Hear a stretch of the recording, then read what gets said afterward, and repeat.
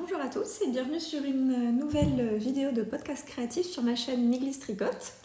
Alors je suis très heureuse de vous retrouver aujourd'hui, ça fait un petit moment que j'ai pas tourné, je pense que ça doit faire un mois. Mais pourtant j'ai beaucoup de choses à vous montrer, j'ai pas chômé comme on dit. Donc voilà, j'espère que ça vous plaira tout ce que j'ai à vous raconter aujourd'hui. Une petite présentation peut-être pour commencer parce que ça fait longtemps que j'en ai pas fait et il y a eu quand même des nouvelles personnes qui sont arrivées sur la chaîne ces dernières vidéos. Donc je m'appelle Lise, j'ai 30 ans et j'habite à Dax dans les Landes avec mon mec Samy et avec ma fille Diane qui a 15 mois. 15 mois aujourd'hui même d'ailleurs, parce que là on est le jeudi 29 mai quand je tourne, c'est jour férié, et Diane elle a été née le 29 février, donc elle a 15 mois aujourd'hui. Voilà, donc sur ma chaîne je parle essentiellement de tricot, et aujourd'hui, cela dit, je vais aussi vous parler beaucoup de couture, parce que j'ai pas mal cousu. En fait, j'avais commencé à coudre il y a quelques temps maintenant, c'était avant que j'arrive à Dax. Donc ça doit faire, je pense, 3h30 ou quelque chose comme ça. Et puis ensuite, quand j'étais enceinte, j'ai complètement arrêté de coudre parce que pour coudre, il faut quand même pouvoir essayer les fringues et tout. Et avec le gros ventre, c'était quand même pas très facile. Et ensuite, une fois que Diane était là, j'avais pas du tout envie de coudre. Voilà. Et sauf que là, ça m'a pété, j'ai eu envie de faire à nouveau. Et donc, j'ai cousu pas mal de trucs en fait. Voilà. Je pense que c'est tout ce que j'ai à vous raconter en termes de présentation. J'ai une chaîne Instagram si vous voulez, mais je suis pas très active. Enfin, je suis très inégale, on va dire. Des fois je poste et puis des fois je ne poste pas pendant des semaines. Mais en tout cas, mon compte Instagram c'est miglis.tricote. Je vous mettrai le nom en bas si jamais ça vous intéresse. Et voilà. Ouais, c'est tout. Bon écoutez, j'espère que vous passerez un bon moment. N'oubliez pas votre tricot et votre boisson. Et c'est parti. On va commencer donc par le tricot. Si jamais il y a des personnes qui débarquent ici et qui sont intéressées que par la couture, je vous noterai là en bas à quel moment on passe à la couture, parce que je vais faire d'abord tricot après couture. Je pense que ce sera plus simple de séparer pour les gens que ça n'intéresse pas d'écouter la couture à la fin. Voilà.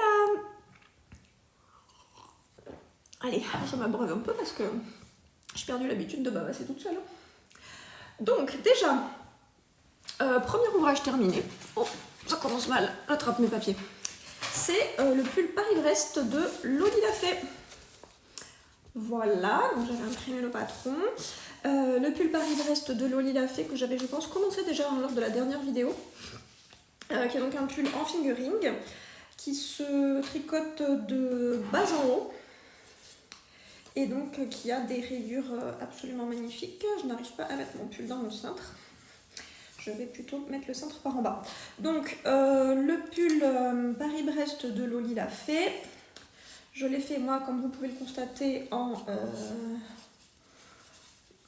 je sais pas, c'est pas vraiment blanc, hein, c'est un peu écru comme ça. Et en vert kaki. Ah, il y a un fil que j'ai pas coupé. Donc, voyons voir, les laines, c'est quoi? Le clair, là, c'est la Knitting for Olive coloris Putty, la fingering. Et le vert, c'est la The Woolly Skein coloris Dundee. Voilà. Donc, ce pull-là, comment est-ce que ça se fait déjà, cette affaire-là? Déjà, l'échantillon, c'est de 26 mailles. En aiguille 3,25. Moi, j'ai utilisé la taille d'aiguille recommandée par le patron, à savoir donc 3,25. Et 3 pour les côtes. Et j'ai fait la taille numéro 1, 2, 3. La troisième taille, c'est censé être 105 cm de tour de poitrine, sachant qu'il recommande une aisance quand même qui est assez importante, de 10 à 20 cm. Donc 105 cm pour moi qui fait à peu près 89-90 cm de tour de poitrine, ça collait bien. Voilà. Ça collait bien. Donc on commence par le bas, donc autant vous dire que au début on en monte des mailles, mais on monte, oh là là, il y en a 270 et des brouettes. Donc faut être un petit peu attentif quand même pour pas twister le rang de montage. Parce que s'il faut tout recommencer du début quand il y en a 270 des mailles, ça fait pas rigoler. Donc j'ai fait très attention, je n'ai pas twisté mes mailles, tout s'est bien passé. Donc on commence par faire quelques rangs de côte 1-1 tout à fait classiques. Et puis ensuite on fait un peu avec notre coloris principal et on commence à mettre les rayures donc en Dundee. Rayures qui sont donc, comme vous pouvez le constater, de plus en plus fines. À chaque fois, enfin, le coloris principal c'est la même largeur, mais le coloris contrastant, les rayures s'affinent. Ensuite, on fait encore quelques centimètres en jersey endroit et puis on sépare les manches et le corps. Et là, tout l'intérêt du pull, tout l'intérêt du pull, non, c'est pas que ça l'intérêt du pull, mais notamment quand même, c'est ce dos texturé absolument magnifique. Qu'en fait, je vois, on commence avant de séparer. On fait quelques centimètres en jersey, on commence la texture et ensuite on sépare en fait quand on a le triangle là de la texture qui se rejoint sur le bord. Voici, et donc on fait le devant et le dos en aller-retour, on fait quelques rangs raccourcis manifestement pour les épaules, et puis on fait un grafting ou un rabat à 3 aiguilles, je pense que c'était plutôt un rabat à 3 aiguilles, je vérifie dans le patron tout de suite pour ne pas vous dire de bêtises. C'est pratique que j'ai imprimé le patron, ça. On fait un rabat à 3 aiguilles, ouais c'est ça. Alors en fait, habituellement j'imprimais pas mes patrons, sauf qu'en fait, vu que j'ai Diane à côté, souvent quand même, si je suis en train de regarder sur mon téléphone et tout, ça la tire là, alors que si j'ai un papier, au moins elle est plus zen, on va dire. Donc finalement, je préfère imprimer quand j'ai Diane à côté, c'est plus simple. Bon voilà, donc on fait le rabat à 3 aiguilles, ensuite on relève des mailles tout le long pour faire la petite encolure, donc c'est juste quelques rangs de côte 1-1, c'est pas grand chose. J'ai fait un rabat à l'italienne, je ne sais pas si c'était préconisé par le patron, mais en tout cas j'ai fait ça. Et puis ensuite on relève des mailles tout le long de l'emmanchure là, et on tricote en faisant des diminutions petit à petit, et on remet notre coloris contrastant pour faire les rayures à nouveau. Et puis voilà, alors j'ai fait manche 3/4. Au final, j'ai pas bien compris dans le patron ce qui était recommandé. Sur les photos de Lolita, c'est un manche 3/4. Sauf que finalement, je pense que la longueur dont elle parle là dans le patron pour faire les manches, elle parle de faire 35 cm de hauteur totale depuis les emmanchures, puis de faire 3 cm de côte. Donc je pense que 35 cm depuis les emmanchures, puis 3 cm de côte, ça fait pas ça. Moi, ça m'a l'air d'être beaucoup plus court. Je sais pas, j'ai pas mesuré. Puis là, j'ai pas mon mètre ruban. Enfin bon, toujours est-il que moi, en tout cas, j'ai fait les manches 3/4 et que, j'en suis très contente. Je l'ai porté, alors pas beaucoup, parce qu'en fait, je l'ai fini il y a un moment, mais j'ai beaucoup traînassé à le bloquer, j'avais une flemme monumentale. Donc en fait, dans l'intervalle, je l'ai porté seulement 1 ou 2 fois. Mais je suis très très contente de ce petit pull. Et puis la laine de chez Knitting for Olive, c'était la première fois que je la tricotais et je trouve qu'elle est très bien. Alors elle s'est quand même pas mal lissée au blocage parce que je trouvais que mon point était assez irrégulier, et là finalement bon, c'est pas trop mal. Alors en fait c'est un fil qui est quand même un peu fin, donc c'est peut-être pour ça que ça fait un point qui est pas ultra régulier, ça fait un peu comme si c'était déjaugé, mais bon, honnêtement ça va, c'est pas cata, hein. Ça me perturbe pas plus que ça. Je trouve que ça fait bien la blague. Et j'aime beaucoup l'association de couleurs là avec le Dundee. Je trouve ça extrêmement beau. Voilà. Je pense que je ne vais pas le passer maintenant parce que j'ai la flemme. Oh, allez si. Je fais une pause, je le passe et je vous montre. Hop, alors voici. On a changé de table de salle à manger. Alors je ne sais pas si j'ai autant de recul. Bon, si ça va à peu près. Donc voici le pull porté. Hop. Je le mets moi plutôt, hop là, un peu rentré dans mon pantalon pour marquer, enfin mon pantalon, c'est une jupe en l'occurrence, mais pour marquer la taille, je trouve ça plus sympa. Voilà, donc vous voyez les petites manches 3/4, hop. J'aime beaucoup la qualité de la laine, ça fait un rendu très fluide, c'est très joli. Je suis très contente et voici le dos.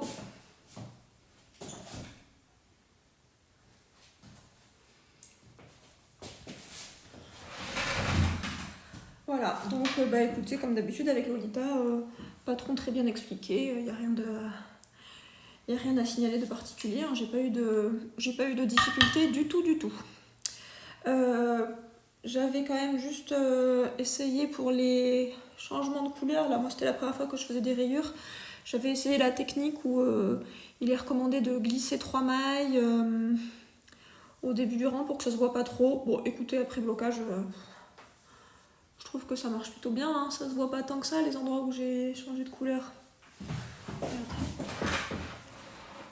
C'est pas là. C'est là. Je trouve que le changement de couleur est plutôt propre, donc je suis satisfaite de la façon dont j'ai fait ça. Voici donc pour mon premier ouvrage terminé au tricot, le pull Paris Brest de Loli l'a fait, Knitting for Olive et The Woolly Skein, et je vous recommande tout. Voilà, tout était très bien, parfait. Ensuite, deuxième ouvrage terminé au tricot. Oui, parce que du coup j'ai dû enlever mon t-shirt pour pouvoir mettre le pull. Je vais le garder maintenant, parce que je suis à l'ombre là, donc ça va aller. Il fait chaud aujourd'hui, hein. Avant de venir filmer, j'ai les cheveux mouillés parce qu'on était dans le jardin avec Samy là. On a la grande chance d'avoir un jardin et donc on devait couper des trucs là. Oh mais quelle chaleur! Truc de fou. Il fait 28 degrés je crois, même plus. Il fait très chaud. Diane elle n'est pas avec nous, elle est chez mes parents à Biarritz. Donc normalement ils envisageaient de l'amener à la plage aujourd'hui pour qu'elle puisse aller barboter là dans un petit trou d'eau. Bref. Donc deuxième truc que j'ai fini, eh bien c'est pour Diane justement, figurez-vous. Diane elle a eu droit à son gilet nougatine, enfin sa brassière plutôt nougatine de Loli l'a fait, qui va dans le set mini nougatine que voici. Avec donc un petit collant, un petit gilet et un petit béguin.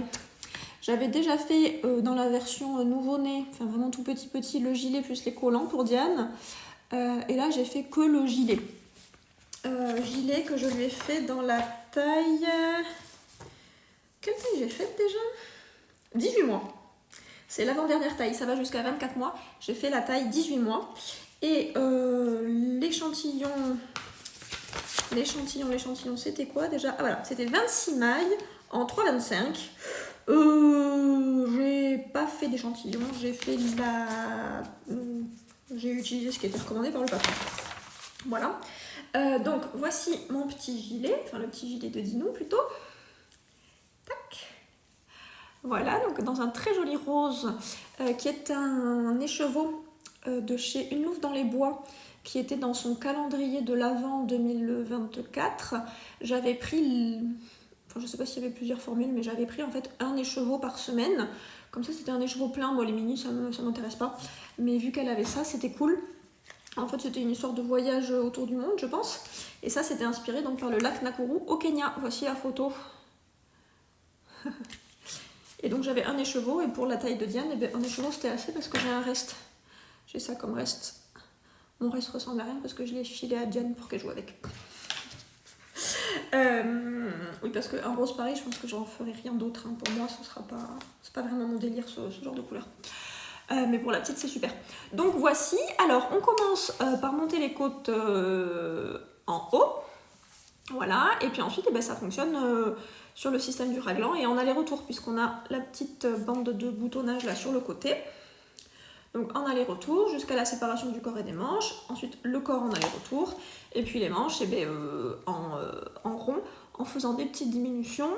Pour des manches aussi petites, j'ai fait du Magic Loop, puisque j'ai des aiguilles, des aiguilles courtes là, de chez Xiaobu, mais ça doit être des 30 et quelques, 33 ou 35, je sais plus, centimètres. C'est trop grand pour les manches pour Diane. Donc j'étais obligée de faire avec le Magic Loop. C'est pas ma technique préférée, mais enfin pour des aussi petites manches, ça va. Hein, je vais pas me plaindre. Et puis donc en bas, on fait des côtes 1-1. J'ai fait un rabat classique. Je n'ai pas fait de rabat à l'italienne ou quoi que ce soit. Sur le bas du corps aussi. Oups, mince. Sur le bas du corps aussi, un rabat classique. Et voilà. Et puis j'ai mis des petits boutons en bois là. 1, 2, 3, 4, 5, 6. J'ai mis 6 boutons. Je ne sais plus si c'est ça qui était recommandé par le patron. Je crois qu'elle prévoit plus de boutons, figurez-vous. Je crois qu'elle prévoit des boutonnières beaucoup plus rapprochées que moi, mais en fait quand je lui avais déjà fait, j'avais trouvé que ça faisait un peu trop de boutons. Donc là j'ai mis un peu moins de boutons. Et puis voilà, du coup comme ça on peut lui enfiler ça un peu le matin. Après bon, maintenant il fait vite chaud dans la journée, donc il lui enlève à la crèche, mais avec ça c'est cool. Vous avez vu cette couleur comme c'est beau? C'est vraiment très très joli, hein. C'était la première fois que j'ai acheté de la laine chez Une Louve dans les Bois et j'aime beaucoup les quatre écheveaux que j'ai eus. Alors ça effectivement c'est pas une couleur que je porterai pour moi, mais pour la petite c'est très bien. Il y a pareil un bleu un peu presque layette, mais ça je le mettrai dans une layette du coup quand il y aura un bébé garçon qui sera amené à survenir quelque part dans ma vie. Et puis ensuite il y a deux couleurs que j'utiliserai pour moi, une espèce d'orange brûlé et un camel clair. C'est vraiment, vraiment superbe avec des beaux travails de speckle. J'aime beaucoup, beaucoup, beaucoup. Ouais, j'aime beaucoup, beaucoup. Après, bon, c'est difficile, hein, les calendriers de l'Avent. Moi, j'ai un problème avec les couleurs surprises, en fait. Voilà, j'ai un problème avec les couleurs surprises parce que j'ai toujours peur que ce soit des trucs qui me plaisent pas. Après, bon, je me dis, des sèche-cheveux comme ça, quand même, on prend pas trop de risques parce que c'est quand même des fils chaussettes, hein. Donc, au pire des cas, même si c'est une couleur qui nous va pas très bien, comme ça, par exemple, on peut le mettre dans des chaussettes. Si on veut pas faire de la layette parce qu'on n'a pas d'enfant à côté de nous ou que ça nous fait suer de faire de la layette. Voilà. Donc, en tout cas, bref, revenons à nos moutons. Donc, le gilet nougatine, enfin la brassière nougatine, et bien c'est un patron qui est très bien. Voilà. C'est la deuxième fois que je l'ai fait. Il est très bien. À noter tout de même que je n'ai pas fait le point texturé puisque normalement il y a un point de semis sur tout le corps. Moi, avec ma laine qui était déjà suffisamment présente, bruyante, je n'ai pas jugé nécessaire de faire le point de semis. Mais en tout cas, c'est très facile à faire. Hein. Sinon, il y a un schéma en plus même, un diagramme pour pouvoir bien placer le point de semis sur le devant. Donc, eh bien, vous ne risquez pas de vous tromper. Et puis, ouais, comme d'hab, hein, c'est très bien expliqué. Il n'y a pas de... Enfin, j'ai pas eu d'endroit où je me suis dit « Ah, je ne comprends rien, qu'est-ce qu'il faut faire ?» Non, ce n'est pas le cas. Ce n'est pas le cas. Mais comme je vous le disais, c'est la deuxième fois que je le fais. Voici donc pour le deuxième ouvrage que j'ai terminé. Et eh bien, en tricot, c'est tout ce que j'ai terminé. Par contre, j'ai des ouvrages en cours. Alors, mes ouvrages en cours au tricot. Attendez, que je mette un peu d'ordre dans mes affaires. Hein. Où est-ce que j'ai mis mon premier ouvrage en cours? Il est là. Et il est coincé. Donc, pour ne pas changer, j'ai commencé un patron de Loli l'a fait. Voilà. Donc, ah oui, pardon, j'ai quand même juste une dernière chose à vous dire que j'ai omis de vous signaler tout à l'heure quand je vous parlais du pull Paris-Brest, c'est que j'ai beaucoup de restes de laine. J'ai eu 2 pelotes en trop de mon coloris principal. Alors après, comme je vous disais, je pense que les manches que j'ai utilisées là sont plus courtes que ce qui était prévu. Mais enfin, quand bien même j'aurais fait la longueur totale, au pire j'aurais utilisé une pelote de plus que ce que j'ai là utilisé. J'aurais pas utilisé 2 pelotes de plus. Voilà, donc j'avais un petit peu trop de laine quand même. Bref. Donc là, qu'est-ce que je fais maintenant de Loli l'a fait? Eh bien, je fais ceci, le gilet praline. Gilet praline, donc qui est un gilet en raglan à col V. Je sais pas si on voit bien. Raglan à col V avec une petite dentelle là sur le bas du corps du gilet. Ce gilet là, donc il est en fingering. Et moi je le fais en bleu. Voilà, bleu marine comme vous pouvez le voir. Ce bleu marine là, c'est cette laine là. Hop. C'est de la Gepard My Fine Wool. C'est du 100% mérino extra fine. Et la couleur est 778. Donc ça aussi c'était la première fois que j'achetais et que j'utilisais cette laine et elle est très agréable à tricoter. Elle est tout à fait douce, le fil ne se dédouble pas au tricot, j'ai pas de problème. Je l'aime beaucoup, il est bien dodu. Bon, c'est un fingering qui est bien dodu, donc je suis très contente de ce fil là. Alors le gilet praline, je le tricote dans la taille... Attendez. Donc l'échantillon, c'est 24 mailles en 3,25. Encore une fois, j'ai pas changé la taille d'aiguille, j'ai fait 3,25. Ensuite, les tailles qui existent, donc il y a 82, 92, 102, 112, 122, etc. jusqu'à 142 cm de tour de vêtements finis. Elle recommande comme aisance positive 0 à 10 cm. Moi je trouvais sur ces photos là que c'était un peu trop moulant pour mon goût. Donc comme je vous disais tout à l'heure, j'ai un 89 à peu près de tour de poitrine et donc j'ai choisi de faire la taille 102 plutôt, parce que seulement 3 cm d'aisance positive, je trouvais que ça serait pas assez pour ce que j'aime, donc je préfère faire 102 pour avoir un peu plus d'aisance. Voilà, et donc eh bien on commence... Ah oui, alors comment on commence en fait? On commence par monter quelques mailles, pas beaucoup, et on fait le début de la... Je sais pas si... En bleu foncé c'est pas facile, hein. Donc on commence par là, hop.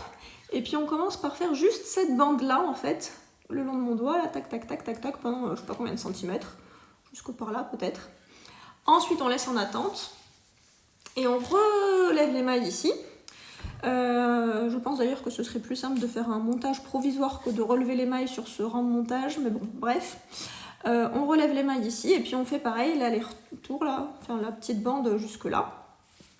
Et puis ensuite... on relève des mailles tout le long, tac, tac, tac, tac, tac, là, et on récupère les mailles du bout, là, et puis ensuite on travaille en aller-retour, en faisant les jerseys. Les jerseys, n'importe quoi. En faisant les raglans. Et ça, en jersey endroit, c'est le gilet. Hormis la bande, là, sur laquelle il y a un peu de côte 1-1, et ensuite il y a un petit tie cord sur 3 mailles, je crois. Ouais, sur 3 mailles, il est le petit tie cord. Je sais pas si vous arrivez à bien voir vraiment le bleu marine, c'est pas facile la caméra, j'ai l'impression. Enfin bon, voici. Donc voilà, c'est un raglan tout simple, hein, avec juste une maille centrale. Et puis on fait des augmentations inclinées à droite et à gauche de part et d'autre. Et puis ensuite, eh ben, on en arrive à la séparation des manches et du corps. On monte quelques mailles sous les emmanchures et on continue donc juste en jersey endroit en aller-retour. Donc là, j'en suis à avoir fait tout ça. Dans le patron, a dit qu'il faut faire 14 ou 15 cm, je ne sais plus, avant de commencer la dentelle. Donc il m'en reste encore un petit peu à faire, donc je peux recommencer la dentelle. Et ensuite, il faudra récupérer les manches, qui sont des manches assez fitées, hein. Il y a des diminutions régulièrement le long de la manche, a priori. Donc voilà, ça c'est pas très difficile. Puis les manches, ce sera même encore plus facile à faire puisque ce sera en jersey en rond avec mes aiguilles chez Ogu là, que j'ai déjà préparé. Tac. Donc ça ira très très vite à faire les manches. Enfin très vite. Calmons-nous, hein, ça reste des manches longues en fingering. Mais bon, voilà, ce sera sans difficulté, on va dire. Mais cela dit, pour l'instant, c'est déjà sans difficulté en fait. c'est déjà sans difficulté du tout. Ouais. Donc bon voilà, c'est un chouette projet. C'est un chouette projet. Et puis je suis contente de me faire un gilet bleu marine puisque ça manquait en fait dans ma garde-robe. Le bleu marine, c'est vraiment un neutre, une couleur de base que j'ai pas en fait en gilet. Or, je pense que c'est important d'en avoir un. Mais je vous en avais parlé, hein, je vais faire ça et je vais faire aussi un gilet beige, enfin écru. En fingering, bon après quand j'aurai fini ça, c'est la prochaine chose qui m'attendra. Voilà. Donc ça c'était un très chouette ouvrage, hein, et une fois de plus des explications qui sont très très claires. En termes de quantité de laine, je ne sais pas si cette fois... Non, je pense que cette fois j'en aurai pas trop, ça devrait aller parce que là j'ai encore ça et ensuite j'ai 2 pelotes de plus.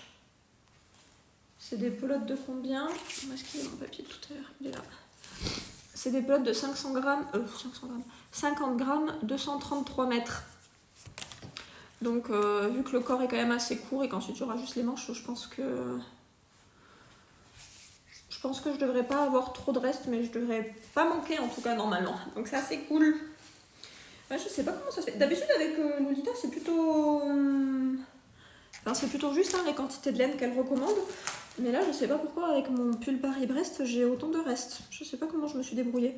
Ou alors, si ça se trouve, parce que la Knitting for Olive, c'est une laine qui est quand même fine, hein. Donc, je suis peut-être partie du principe que c'était à peu près 200 mètres par pelote, vu que c'est 50 grammes. Et du coup, je me suis foirée dans mes calculs. C'est peut-être ça le problème, en fait. Je sais pas. Enfin, bon, bref. Donc voici pour ça, qui est donc mon premier ouvrage en cours. Ensuite, mon deuxième ouvrage en cours, où est-il? Hop là. Il est ici. Donc j'ai commencé, j'ai pas fait beaucoup, hein, mais j'ai commencé le châle Bloom. Comment il s'appelle déjà? C'est Bloom? Ouais, c'est ça. Le châle Bloom de Le Style Knitting, que vous voyez ici en photo. Donc c'est un modèle gratuit qui est en français. La particularité de cette créatrice, c'est que ces modèles, même en français, elle utilise les abréviations anglaises. Donc KP, K de TOG, etc. Mais il y a un lexique, hein, bien sûr, au début. Est-ce que j'arrive à vous trouver ça? Où est-ce qu'il est le lexique? Ah voilà. Il est là le lexique au début. Je vous le montre, hein, parce que c'est un modèle gratuit, comme je vous disais, qui est disponible sur son Ravelry. Voilà. Donc, pour faire ce truc-là, on utilise les aiguilles numéro 3,5 et on utilise de la laine fingering. Moi, j'utilise le kit de chez The Woolly Skein. Les deux font la paire. Coloris. Ah, je l'ai noté. Oui, j'avais pris des notes quand même cette fois. Coloris Blanche-Neige, voilà. Coloris Blanche-Neige. Donc, il y a le rouge de la pomme.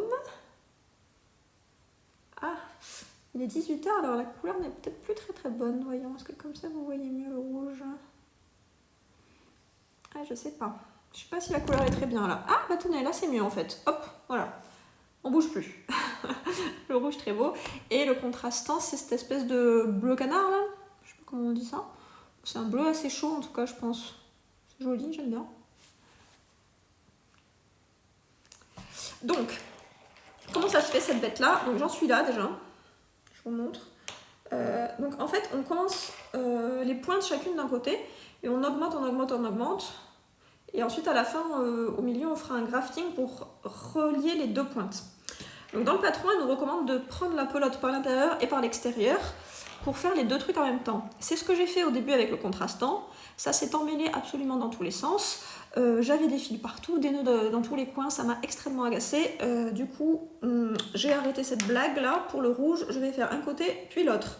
J'ai pesé ma pelote, elle faisait 108 grammes. Ouais, elle faisait 108 grammes, donc je peux aller jusqu'à utiliser 54 grammes pour chaque pointe. Je pense que ce ne sera pas le cas parce que j'ai pas l'intention de faire un châle non plus extrêmement immense. Hein. Voilà. Donc ça se fait très facilement. C'est du point mousse en aller-retour. Donc voilà. Sur le côté, il y a un petit taille corde à 2 mailles et les augmentations se font d'un seul côté par un jeté. Tous les 6 rangs, je crois. Voilà, comme vous pouvez voir, ça fait ça. Et donc en fait, sur ce côté-là, où il y a les jetés, après on viendra faire une bordure en crochet qui fera des petits picots. C'est ça tout l'intérêt du petit châle, qui est censé donc être fait avec la couleur contrastante qu'on a au bout. Voilà, est-ce qu'il y a un endroit où on voit bien les petits picots en photo ou pas? J'aimerais bien pouvoir vous le montrer, mais non, ce n'est pas très photogénique, donc je ne vous montre pas. Voilà. Bon, écoutez, pour l'instant, les explications sont claires, mais en même temps, c'est aussi très simple, donc bon, c'est difficile que ce soit pas clair. Mais pour l'instant, je n'ai aucune plainte à formuler sur les explications de Le Style Knitting, dont je ne me rappelle pas du tout du prénom. Voilà, et puis comme toujours, je suis enchantée par les laines d'Angélique de chez The Woolly Skein, que je trouve absolument somptueuse. Et ce rouge là, oh, ça égayera mes tenues d'automne. Ce sera parfait, avec un petit trench là. Ce sera très beau. Alors on peut avoir l'impression comme ça que ça ressemble beaucoup à la Sophie Scarf, hein, dans l'immédiat. C'est pas vraiment le cas. C'est pas vraiment le cas dans la mesure où en fait ça augmente beaucoup plus vite. La Sophie Scarf, c'est quand même très en longueur, hein. Ça prend très peu de profondeur et ça prend de la profondeur très lentement. Là, on prend de la profondeur beaucoup plus vite. Donc ça fera un peu plus une forme triangulaire quand même que la Sophie Scarf. En plus, bon, c'est pas la même façon de faire les augmentations et c'est pas non plus la même épaisseur de laine. Donc en fait, je ne sais pas pourquoi je vous compare les deux, ça n'a pas beaucoup grand chose à voir. Même si bon, ça reste une petite écharpe au point mousse. Là, l'intérêt quand même de celle-ci, c'est sa magnifique bordure en picot que j'ai hâte de faire, mais bon, j'ai encore un peu de point mousse à faire avant, hein, tout de même.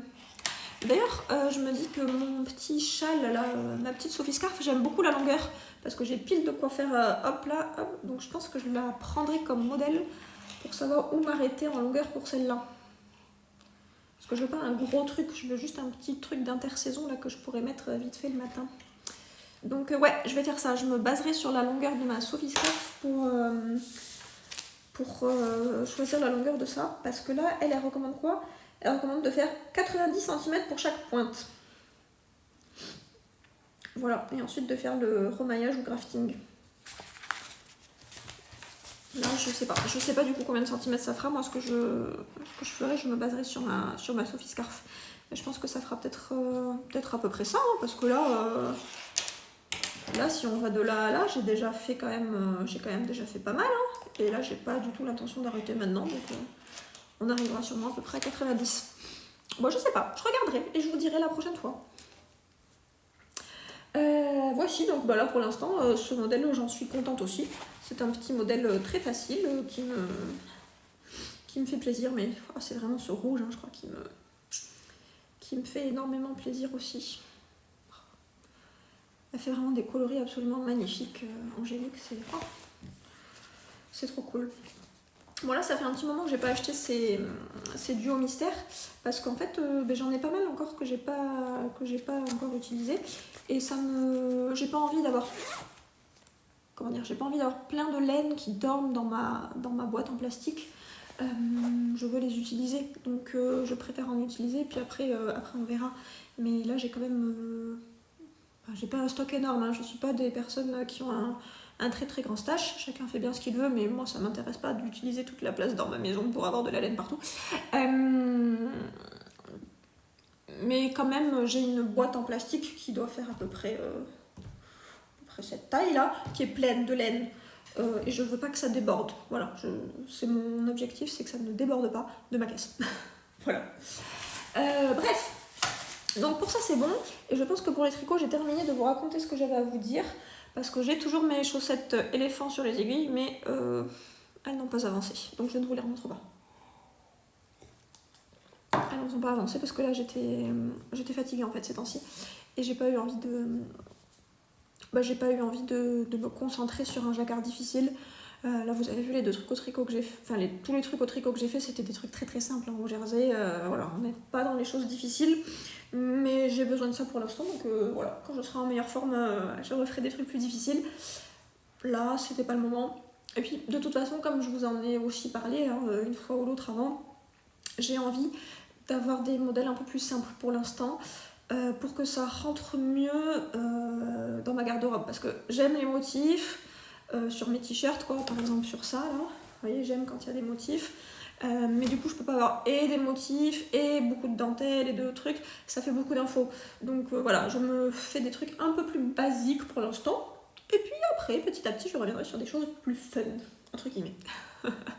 Voilà. Bon, donc pour le tricot, c'est tout. Voilà, donc si la couture ça ne vous intéresse pas, on se dit au revoir et à bientôt, et si ça vous intéresse, on continue. Donc la couture, comme je vous disais en début de vidéo, je n'en ai pas fait depuis fort longtemps. Enfin, j'en ai pas fait depuis fort longtemps. Ou j'en ai pas fait depuis longtemps, c'est sûr, c'est une certitude. J'avais en fait commencé en novembre ou décembre, je ne sais plus, la robe Rita de Atelier Bernie, qui est ici. Voilà, que j'ai fini dans l'intervalle. Et je ne l'avais pas terminée, en fait, parce que je suis un peu déçue du tissu. Je voulais me faire une robe Rita d'Atelier Bernie, en tissu un peu épais, un peu... enfin, vous voyez, un peu comme ça, là, hein, un peu style écossais, enfin de loin, mais un peu style écossais, pour mettre par-dessus un t-shirt à manches longues, enfin un soupule à manches longues avec un petit col, c'était le but. Mais en fait, j'ai commandé ce tissu en ligne et c'est une popeline de coton qui est très fine, qui est même tellement fine qu'elle est un peu transparente. Donc, pour une robe de plein hiver, ça colle pas très bien à mon sens, même si à Dax il fait pas très froid, bon, c'est pas extraordinaire quoi comme choix. Donc je l'ai commencé, puis ensuite j'ai arrêté, bon voilà. J'ai fini par la terminer et j'adore en fait ce modèle. Hein. Ce modèle est vraiment extraordinaire, donc c'est Rita de Atelier Bernie. Vous voyez le corsage, il est fait en plusieurs morceaux là, c'est superbe. Il y a 1, 2, 3, 4, 5, 6, il y a 7 pièces en tout pour le corsage, donc ça épouse très bien le haut du corps, c'est magnifique. Elle prévoit une parmenture, il y a donc les bretelles comme ça. Et puis ensuite, il y a le bas de corps, c'est pareil, il y a plusieurs pièces, hein. Il y a 1, 2, 3, 4, 5, il y a 6 panneaux. Non, il doit y avoir 7 panneaux aussi. Il y a 7 panneaux aussi pour le bas de corps. Donc vraiment, ça fait une très très belle forme à la robe. J'adore le modèle, il est vraiment superbe. Mais je suis un peu déçue en fait par mon choix de tissu au final. Alors, je l'ai porté la robe au printemps. Je l'ai portée avec mon sous-pull dessus. Et ça me plaît bien, mais je ne sais pas si pour autant ça restera dans mon dressing très très longtemps. Je pense surtout que je m'en referai une pour l'automne-hiver avec un tissu un peu plus épais, que ce soit un lainage ou même un velours côtelé, ça pourrait être sympa. Hein. Bon bref. Donc, résultat des courses, comme je vous disais, attendez, je vous montre, je vais vous l'ouvrir. Ouais. Donc ouais, vu que le tissu était un peu transparent, j'ai doublé la jupe en fait. Au niveau du corsage, j'ai pas doublé parce que c'est près du corps et c'est pas vraiment gênant. Donc voilà, j'ai fait comme préconisé. Alors, je n'ai pas de surjeteuse. Je n'ai pas de surjeteuse et je n'ai pas la moindre intention de dépenser 500 balles pour m'acheter une surjeteuse. Donc je fais mes finitions soit... Enfin, jusque-là, je faisais exclusivement ça, c'est mes finitions à la machine à coudre au point zigzag. Voilà, dans les prochains trucs que j'ai fait, je vous montrerai que je me suis un petit peu amusée sur les finitions pour faire des trucs un petit peu plus cool. Mais jusque là, voilà, je faisais que ça. Donc finition au point zigzag, machin. Donc là, vous voyez, on a nos 7 pièces donc, pour le corsage. Et puis il y a une finition après avec une parmenture. La parmenture, c'est une longue parmenture en une seule pièce. Vous voyez tout ça là, la parmenture de là jusque là, dans le creux aussi, hop hop hop hop hop, jusqu'ici. Tout ça, c'est une seule pièce de parmenture. Et donc en fait il y a 3 parmentures je pense, il y en a une pour le dos, ensuite il y a à nouveau le devant plus voilà. Donc une parmenture, hein, c'est assez simple à faire somme toute. Les bretelles j'ai un petit peu galéré pour avoir la longueur qu'il me fallait, vous voyez j'ai du surplus là, qu'il faudrait d'ailleurs que je découpe et que je lui refasse une petite finition au point zigzag, c'est pas grave, c'est caché, ça se voit pas. Donc voilà pour ça. Et puis ensuite pour le bas du corps, j'ai fait, là pour le coup j'ai doublé mon jupon avec une petite popeline blanche. J'ai pas fait une doublure extrêmement belle, j'ai juste doublé, j'ai juste coupé en double et cousu ensemble les trucs. Voilà. Puis ensuite on a un ourlet tout à fait normal. Voici.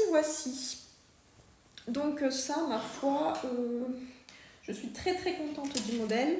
J'ai trouvé les explications. Alors je suis pas une grande couturière, j'ai trouvé que j'ai eu aucune difficulté en fait pour toute cette robe. Vraiment ça a été très facile. Il y avait des crans de montage qui étaient bien clairs. Le livret d'explication de Morgane, il était super clair aussi. Voilà, c'était la première fois que je cousais un de ces modèles. J'ai beaucoup aimé. Donc je pense que celle-là je la referai. Et j'ai aussi la blouse Frida, je crois que ça s'appelle. Je suis pas très sûre. D'elle que j'adore avec des petites manches un peu bouffantes là. Je me vois bien me faire ça. Bon, peut-être pas cette année, mais un jour je me vois bien me faire ça. Donc bon, ça c'est le premier truc que j'ai cousu qui est un peu, voilà, c'est un peu en demi-teinte mon avis là-dessus. Je vous insérerai en tout cas une petite vidéo portée parce que là je vais pas enfin ici je vais pas vous montrer là comme ça, il faudrait carrément que je me déshabille en entier et là j'ai pas envie. Donc je vous mettrai une petite vidéo. Donc ça c'était le premier truc. Alors ensuite, après ça, nous sommes allés sur un échec total. Donc, le truc que j'ai cousu après, c'est la robe d'Ina de Fibre Mood, qui était dans un magazine, je sais plus, il y a quelques temps, de Fibre Mood. Donc ça, c'est un truc plutôt pour l'hiver, hein, c'est un peu en mode robe de soirée que je me suis fait ça. Et c'est donc... Voilà, je l'ai fait avec ce velours. C'est pas un velours... Enfin, c'est un velours, je sais pas, oreiller, je sais pas comment on dit quand c'est un velours oreiller. Bon, un velours en tout cas vert, voyez-vous. Ah, c'est dommage parce qu'en vrai, il est très très beau ce vert. Il est très très lumineux, mais là, je pense que ça rend pas forcément très bien justice au tissu, qui est très très joli. Bon, bref. Alors ça a été une galère sans nom pour moi. Je sais pas comment je me suis débrouillée, mais alors tout a été difficile. Tout a été difficile dans cette robe. Donc, bon, comment c'est déjà? Vous voyez, c'est une robe avec des manches montées. Il y a des manches qui sont très bouffantes là, et qui ont même des plis en fait là. Si j'arrive à vous montrer le pli, vous voyez là, il y a un pli dans la manche, en plus des fronces. Ensuite, là, il y a une petite... une fente indéchirable dans le bas de la manche. Ouais, alors j'ai pas fait les boutons et tout, tellement ça m'a énervé ce truc. Mais bon, après il y aura normalement un bouton, je pense que je mettrai des pressions d'ailleurs. Voilà, il y a pareil de l'autre côté bien sûr. Et puis alors ensuite là derrière il y a une fermeture invisible. Que vous voyez, même ça j'ai pas bien réussi à faire parce que, enfin c'est pas choquant, mais enfin c'est un peu décalé quoi. Là il y a 5 mm de décalage sur ma fermeture des deux côtés et ça m'énerve. Et puis ensuite ben là c'est pareil, il y aura un bouton pression, donc finalement ça se verra pas le décalage derrière, voilà. Grâce au bouton pression, ça se verra pas, ce sera caché. Mais vraiment, j'ai énormément galéré pour faire cette robe.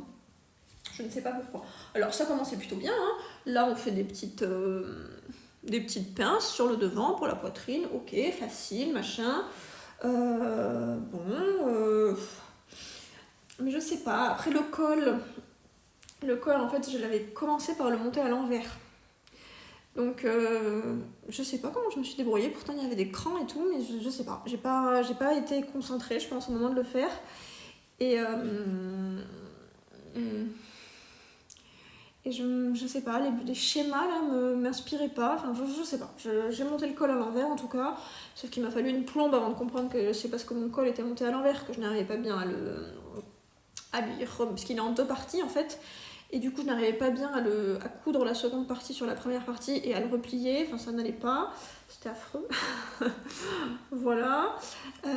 Ensuite, donc il y a cette fameuse fermeture où ça m'a beaucoup agacée, là, ce décalage. Alors que pourtant, j'avais fait comme je fais toujours, c'est que je la bâtis à la main avant de la piquer pour que ce soit propre. Mais ça n'a pas été une franche réussite. Et puis ensuite... même la fente déchirable, j'ai eu du mal à la faire, alors que c'est pas la première fois que je le fais. Après, je pense que ce tissu, il est pas super simple non plus, hein. Ça glisse quand même. Ça glisse pas mal. Je sais pas, je l'avais acheté en fait avant ma pause couture et je me rappelle pas du tout la composition. Mais je pense qu'il doit y avoir du polyester pas mal dedans parce que vraiment c'est ultra glissant. Je pense pas que ce soit du velours de coton. Enfin, je me trompe peut-être, hein, mais c'est vraiment très très glissant. Et je pense que ça m'a pas aidé quoi. Ça m'a pas aidé dans mon expérience. Donc bon voilà, et l'autre truc sur lequel j'ai galéré, c'est la manche.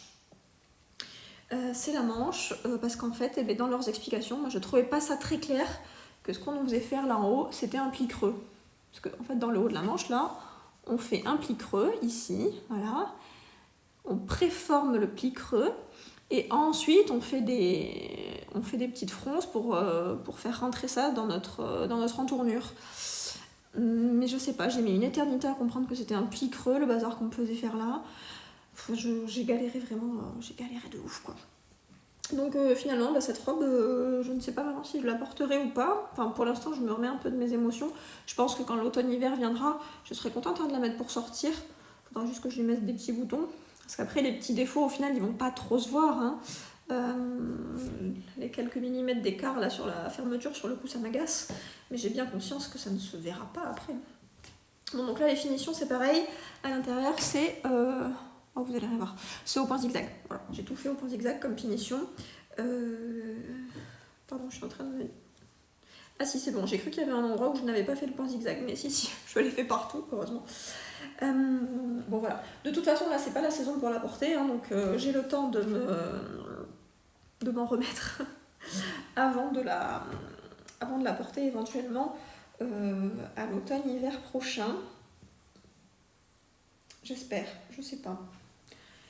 Et puis en fait, pour tout vous dire, même pour l'ourlet du bas, j'ai galéré. Parce que je sais pas, alors que l'ourlet du bas, franchement, c'est facile à faire quoi, l'ourlet du bas. Même ça, vous voyez, il y a un endroit où j'ai pas attrapé bien mon tissu. Et ça m'a tellement saoulée que j'ai juste fait un point zigzag comme finition, j'ai pas eu envie de le défaire et de le refaire. Voilà, bon. Donc ça a été difficile. Bon, alors ensuite, par contre, je suis très contente du reste. C'est déjà pas mal. Donc, après ces mésaventures, je me suis dit, ouh là là là là là là. On va repasser sur des valeurs sûres. On va faire un patron déjà connu, déjà fait, dont je suis déjà très satisfaite. Et je me suis fait donc une blouse jade de Apolline Patterns. C'est la 3e que je me fais. Je pense que c'est le premier modèle que j'ai cousu vraiment de vêtements. Ouais, c'est à peu près sûr d'ailleurs que c'est le premier modèle de vêtements que j'ai vraiment cousu. Et donc là, c'est ma 3e version. Voilà, donc c'est dans un tissu tout à fait bariolé d'une ancienne collection de chez Liz Taylor, donc c'est une viscose. La blouse jade de Apolline Patterns, donc elle existe alors normalement elle est à manches longues, et il y a plusieurs options. On peut faire ou pas une patte de boutonnage au milieu, et on peut faire ou pas un col Claudine. J'ai une version dans laquelle il y a un col Claudine, et j'ai 0 version dans laquelle il y a une patte de boutonnage. Moi je coupe mon devant au pli et ça me va très bien comme ça. Donc c'est une blouse qui est assez ample, hein, comme vous pouvez voir, qui a des jolies manches. Moi j'aime beaucoup quand les manches elles ont un peu de matière en haut là, qui donne une illusion d'épaule galbée. Voilà. Derrière donc il y a un empiècement et ensuite il y a des petites fronces, hop, vous voyez ici, un peu effet chemise en quelque sorte. Donc ça c'est très joli. Et puis ensuite ici devant, là il y a ça aussi comme petit empiècement avant d'avoir des petites fronces pour donner de la place à la poitrine. Et puis là donc il n'y a pas de col Claudine et la finition se fait donc avec un biais comme bande de propreté. Voici, donc je vais vous montrer l'envers parce que c'est à partir de là que j'ai commencé à faire un peu gaffe à mes finitions. Donc déjà là il y a une partie qui est prévue par le modèle, hein, où vous voyez l'empiècement derrière, en fait on l'a aussi à l'intérieur, les petits empiècements là aussi. Donc c'est très bien expliqué dans le patron comment faire pour que ça fasse une couture qui est très propre là. Et également hop là sur tout le derrière, ça fait très propre, il n'y a pas de bord franc. Donc ça c'est cool. Et puis ensuite, comme vous pouvez voir, j'ai gancé mes coutures. Voilà, j'ai gancé mes coutures. Ici, sur le haut côté là, et aux entournures. Voilà. Là par contre, bon, il n'y avait pas assez de longueur, donc j'ai pas gancé, j'ai juste laissé mon point zigzag. Voilà, et donc finalement, à y repenser, a posteriori, je me dis que sur cette partie-là, plutôt que de gancer, il aurait été plus judicieux de faire une couture anglaise. Et puis ensuite de venir juste, de faire une couture anglaise, donc là, et également là, sous la manche, et de juste gancer sur l'entournure. Voilà. Je pense que pour les blouses dorénavant, c'est plutôt ça que je ferai, plutôt que d'aller gancer l'intégralité. Bon, en tout cas, j'ai gancé avec un biais du commerce, voilà, noir, tout à fait banal. Mais donc, je suis contente d'avoir fait ça comme finition, parce que je trouve que ça sera... Enfin, en fait, mon objectif, c'est quand même que cette blouse survive bien dans le temps, parce que je l'adore. Je l'ai déjà portée plusieurs fois depuis que je l'ai faite. Et je l'adore, je l'adore, je l'adore. En plus, les viscoses de Liz Taylor, elles sont très douces. Moi, j'aime beaucoup. Je sais qu'il y a des personnes qui n'aiment pas la viscose, hein, mais moi, j'aime bien la viscose. Ça me plaît. Ça me plaît beaucoup, même. Après, il faut repasser. Mais ouais, c'est un tissu que j'aime énormément, la viscose. Et celles de chez Liz Taylor, je trouve qu'elles sont vraiment, vraiment de très, très bonne qualité. Ça sent bon. Ça sent la lessive, ça vient de sortir du lave-linge. Bon bref, donc voici pour cette blouse jade, et si je me souviens bien, alors là j'ai pas regardé, hein, mais je crois qu'il y avait une vidéo pas à pas quand même, vu que c'est la 3e fois que je la fais, j'en ai pas eu besoin, mais il me semble qu'il y avait une vidéo pas à pas. Donc voilà, il y avait ça. Ensuite, qu'est-ce que j'ai fait? Je pense que vous n'avez pas pu passer à côté de ceci. La jupe divine. Donc, non, vraiment, je pense que personne n'a pu passer à côté de la collaboration entre Liz Taylor et Charlotte Jobert avec ce tissu de ouf et ces patrons de ouf qu'elles ont proposé. Moi, j'étais complètement à fond quand j'ai vu ça. Je me suis dit, ah, c'est cette jupe qu'il me faut, machin, pour faire un petit look... comment ça s'appelle? Un petit look bohème chic. Oh là là, ça va être super et tout. Donc... Le jour J, ce qui ne m'arrive jamais, mais le jour J, quand il y avait la mise en ligne des kits, j'étais au taquet comme ça, là. Ça a bugué de ouf, j'ai mis ça sur le cou. Bon, j'ai cru que je n'allais jamais avoir ma jupe divine, mais au final, tout s'est bien passé. Et j'ai pu commander la jupe divine, et je l'ai déjà faite, puisque j'étais trop pressée de la porter. Oh, elle est grande, hein, on n'a pas assez de... Vous voyez pas bien. Voilà. Bon, donc la viscose est absolument sublime, hein, là aussi. Voilà, il y a des roses et des pivoines. C'est extrêmement beau, c'est très doux, c'est une très bonne qualité. Voilà. Alors, que vous dire là-dessus? Il y a des fronces. Il y a beaucoup de fronces. J'ai cru que j'allais pas m'en sortir avec toutes ces fronces. Mais enfin bon, j'ai quand même fini par réussir à tout froncer. Hein, parce que donc ici en haut, pour relier le premier volant à la ceinture élastiquée, on fait des fronces. Et ensuite là, il y a une deuxième étage de volant où on fait encore plus de fronces. Donc ça fait beaucoup de fronces. Voilà, et puis... ça fait aussi à la fin sur le bas de la jupe un très grand ourlet. Voilà, bon. Mais honnêtement, c'était super. Donc, le patron, il est fait par Charlotte Jobert. Il était très clair. Il y avait des crans de montage aux endroits qu'il fallait. C'était vraiment super bien expliqué, il n'y avait aucun souci. Ouais, vraiment top. Donc, je vais vous montrer l'intérieur, ce que j'ai fait comme finition. Donc... Hop, voyons. Attendez, est-ce que j'arrive à la retourner parce qu'elle est tellement grande? Si, j'y arrive quand même. Donc en fait, sur le premier volant, déjà, il y a plusieurs panneaux. Et donc tous les panneaux, je les ai faits en couture anglaise. Voilà, vous voyez, comme ça finit bien. Hop. Donc à chaque fois, partout, j'ai fait des coutures anglaises. Sur les deuxièmes panneaux, c'est pareil, il y a plusieurs... Enfin, sur le deuxième volant, c'est pareil, il y a plusieurs panneaux que j'ai aussi cousus avec des coutures anglaises. Voici. Alors, j'ai pas du tout coupé plus de marge sur les tissus. Hein. Vu l'ampleur de la jupe, je me suis pas emmerdée. J'ai vraiment suivi le patron et j'ai fait mes coutures anglaises comme si de rien n'était. Et puis alors ensuite, là, j'ai gancé. Parce que avec toutes ces fronces, je pouvais pas faire une couture anglaise sur les volants. Ça pouvait pas coller. Donc là, j'ai gancé ici. Et j'ai gancé là. Entre la ceinture et le premier volant. Et voilà, je suis super contente. Je l'ai déjà portée 3 ou 4 fois, je ne sais plus, cette jupe. Donc une fois au boulot cette semaine, j'ai eu une tonne de compliments. Je la trouve extraordinairement belle. Je la mets avec une petite chemise blanche en soie. C'est sublime. Je suis ravie. Voilà, vraiment, je l'adore. Tout est super, le tissu est super, le patron est super, les explications étaient super, le résultat final est super. Je suis trop contente. Franchement, je suis trop contente de cette jupe divine. Voilà, donc elle, c'est pareil, hein, du coup je lui ai fait des belles finitions pour pouvoir la porter pendant longtemps parce qu'elle est absolument sublime. Donc ça, voilà, ces deux trucs là, ça m'a vraiment... je me suis dit, ok, c'est bon. Parce que, comme je vous disais, la robe Rita un peu en demi-teinte et puis alors, celle de fibre moude là. Non. Donc ça, trop contente. Voilà. Et puis ensuite, j'ai encore cousu un dernier truc, puisque on ne m'arrêtait plus. Et j'ai cousu le gilet pompon, qui est un modèle gratuit de chez Maison Fauve. Donc ce gilet pompon, alors il n'est pas tout à fait terminé parce qu'en fait je n'ai pas encore mes boutons, mais bon il me reste juste à mettre les boutons, on peut considérer que c'est fini du coup parce que ça c'est un taf. Hein. Ce gilet là, il y a beaucoup de travail dessus. Je m'étais pas douté comme ça en me disant que j'allais faire ça, et ouais il y a vraiment beaucoup de travail dessus, mais ça vaut le coup, c'est une merveille.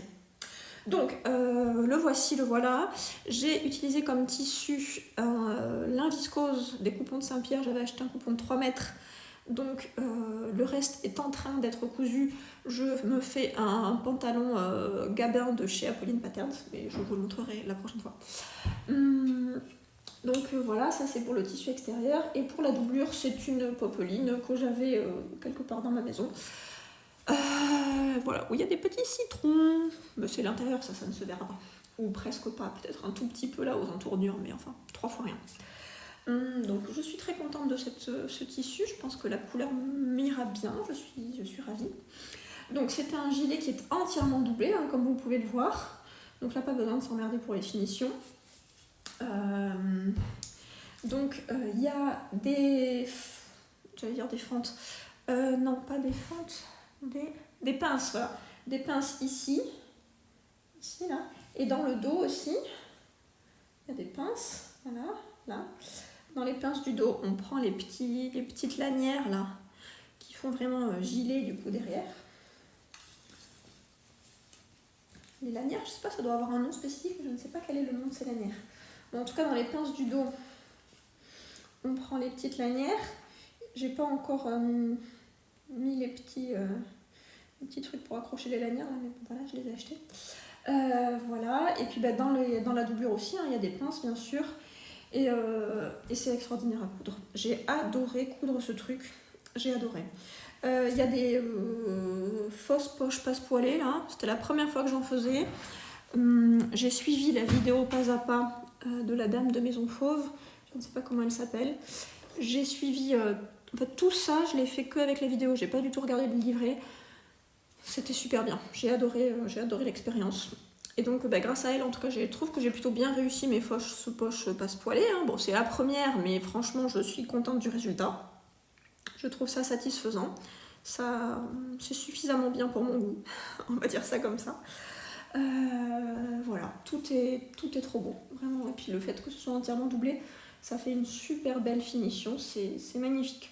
Donc c'est beaucoup de travail, mais c'est extrêmement beau. Je suis très contente. Donc ça, en plus, comme je vous disais, c'est un modèle gratuit. Franchement, faut pas hésiter, hein. C'est vraiment magnifique. Alors j'ai tellement aimé coudre ce truc que j'ai commandé sur le site de Maison Fauve le pantalon Brooklyn, qui est un pantalon à pince avec des pattes larges, et également leur tissu, parce qu'ils font plein de tissus en fait. Je savais pas du tout, moi, je m'étais un peu désintéressée du monde de la couture ces derniers temps, et ils ont plein de tissus, et j'ai acheté leur doupion de je ne sais trop quoi, là, ça m'intriguait beaucoup, en bleu marine pour faire le pantalon. Donc voilà, donc ça je le ferai un de ces 4. Mais j'ai plein d'autres trucs en fait que j'ai envie de faire pour la couture. Je veux faire une robe en jersey, et je veux faire aussi une combinaison pantalon en lin, inspiration, en fait je suis tombée complètement en amour d'une combinaison de chez Reformation. Le truc coûtait 270 € je crois.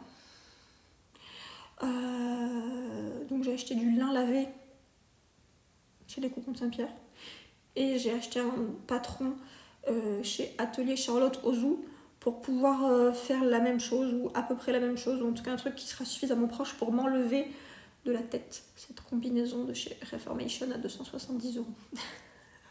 Voilà. Bon, donc voilà pour tout ce que j'ai cousu et tout ce que j'ai tricoté. Donc bien sûr, pour les trucs cousus, je vous aurais mis partout des petites vidéos d'incrustation là de à quoi ça ressemble porté. Je suis super contente d'avoir repris la couture, ça me fait grand plaisir.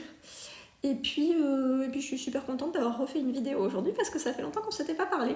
Donc j'espère que j'étais pas trop rouillée, hein, parce que l'air derrière on oublie vite, en un mois on perd l'habitude. Bon, j'espère en tout cas que ce sera bien. Si vous avez le temps, mettez-moi un petit commentaire. Si vous n'avez pas le temps, vous pouvez quand même me mettre un petit pouce, ça fait toujours plaisir. Et si vous n'avez pas encore été abonné, n'hésitez pas à le faire aussi. Hein.